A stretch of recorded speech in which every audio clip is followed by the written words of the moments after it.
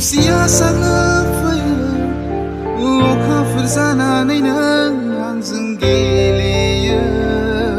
लाजि गुसु महरै आंनि सेराव नोङो अनसुलि महरै आंनियाव खुद्रियो गोरोबफायो नोङो आंनि सेराव बै आखुआवनो आङो फाग्ला